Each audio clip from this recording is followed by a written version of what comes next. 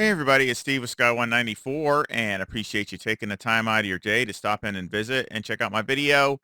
And I had a request for a setup here for the Porsche, the new 992 Porsche GT3R here at IMOLA. So we're going to do a quick lap here and then go over the setup, jump behind the car.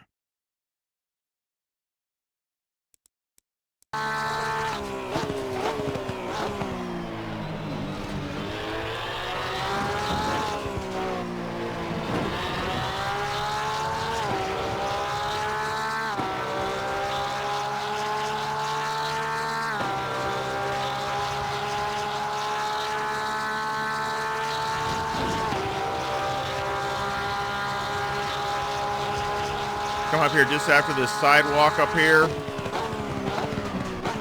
Late apex.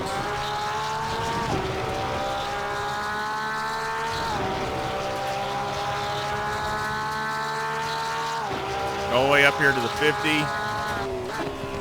Go all the way to the left. Come back to the right. Down to second.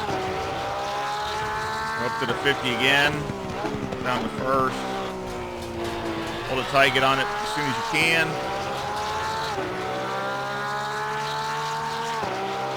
There's a tricky spot. There's a couple brown spots in the grass right up there to the right.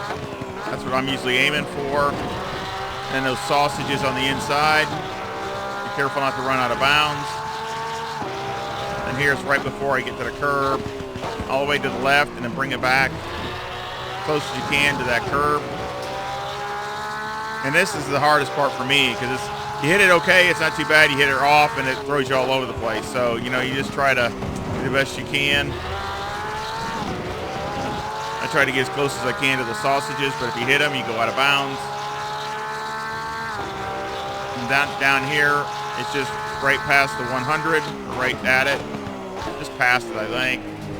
Try to hit that curb on the inside. Same thing with this one. Get on the gas as early as you can.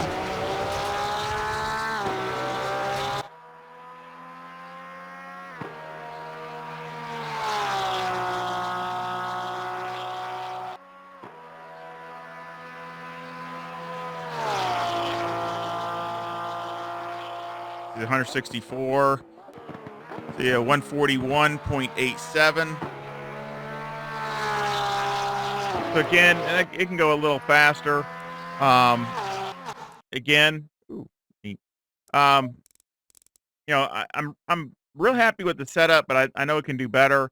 But I really still think, and again, this is just my opinion, so take it for what it's worth.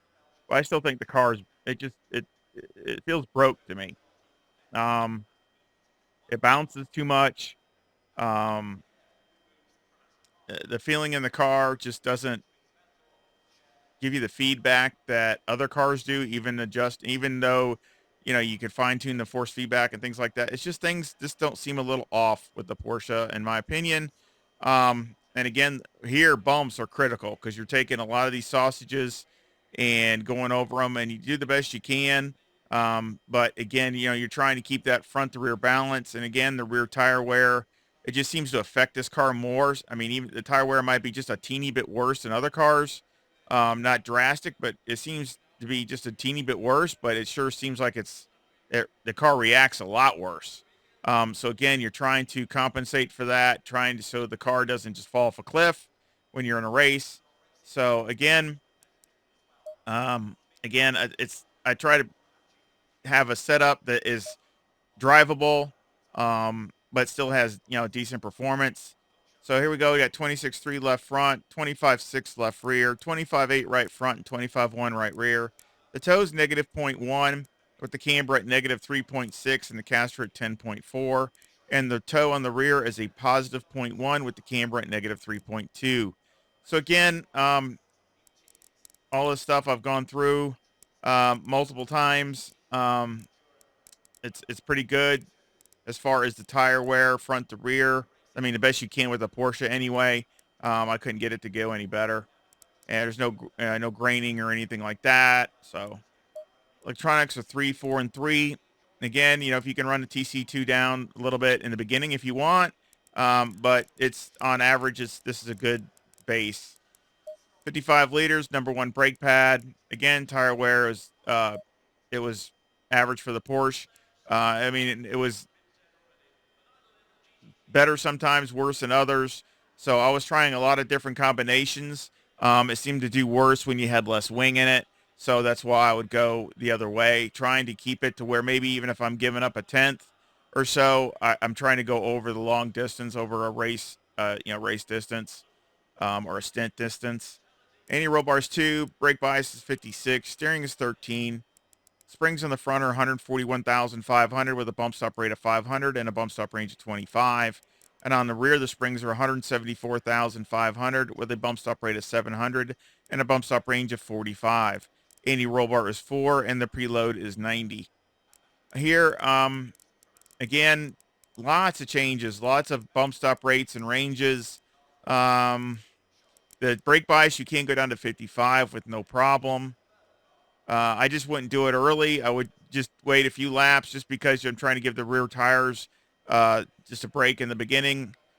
If you want to control it, I would turn the TC2 down to 2 or 1 or something like that if you need more rotation in the beginning and let the brake bias stay where it's at and try to then go down a little bit later. Just again, trying to prolong that rear tire wear the best that you can. That's just my opinion, just to try it.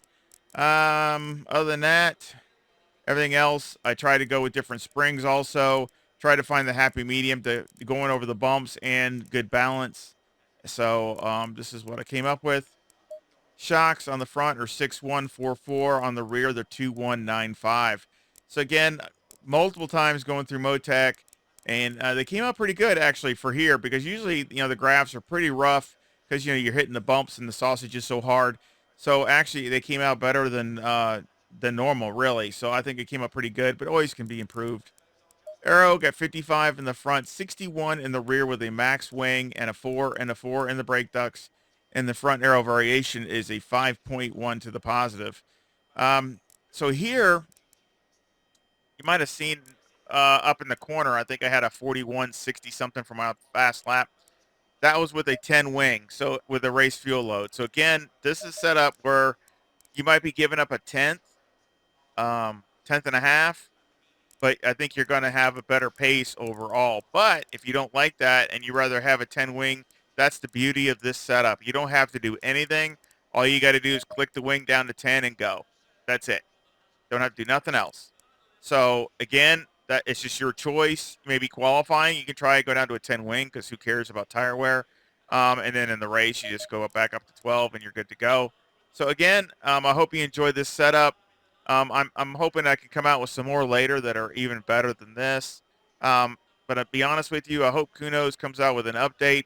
I mean, the Porsche, ever since it's come out, it's had this bouncing issue, and it's still doing it. So, I mean, on the pit stops, I mean, the thing bounces harder than any car in ACC. So I still think that there's some kind of fix or update that they need to do. At least I hope that's what it is. I hope it doesn't stay this way. And of course, if that's the case, then setups will probably have to be adjusted anyway. But anyway, I'm just trying to do the best I can with what I have, and again, trying to make a good overall race package. So again, let me know what your feedback is. I appreciate any comment or feedback, and try it and see how you like it. Again, it's a good base where you can do some things to it to make it your own. Again, with the wing and things like that. Um, and of course, brake bias, you can be a little bit more aggressive if you want to be. Just again, use that as cautious to do that for the tire wear on the rear. But again, I'll leave a link to this setup in the description and in my Discord, and I'll have a Discord link in the description also. And again, I just want to thank you everyone for their support, for watching all the video and liking and subscribing and commenting. All that's great, and I really appreciate it. And thank you so much to Mark and Stu and Joseph for their support. And again, I sure hope you enjoy the setup. And of course, all my setups are free. You just gotta try them out, and hopefully they'll work good for you. And I hope you come back and visit again really soon. See ya.